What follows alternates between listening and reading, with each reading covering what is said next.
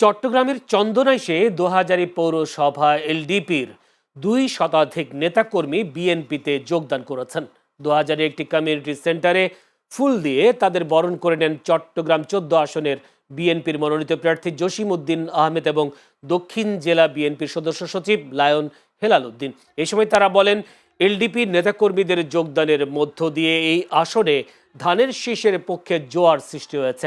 সকল ভেদাভেদ ভুলে আসন্ন নির্বাচনে চট্টগ্রাম 14 আসনে বিএনপির প্রার্থীকে জয়ী করে দলের চেয়ারম্যান তারেক রহমানের হাতকে শক্তিশালী করার আহ্বান জানান তারা। অনুষ্ঠানে উপস্থিত ছিলেন 14 আসনের প্রধান নির্বাচন সমন্বয়কারী M A Hashem Raju, BNP নেতা নুরুল ইসলাম সহ চন্দনাইশ উপজেলা, পৌরসভা ও ইউনিয়ন বিএনপি এবং অঙ্গ সহযোগী সংগঠনের নেতাকর্মীরা।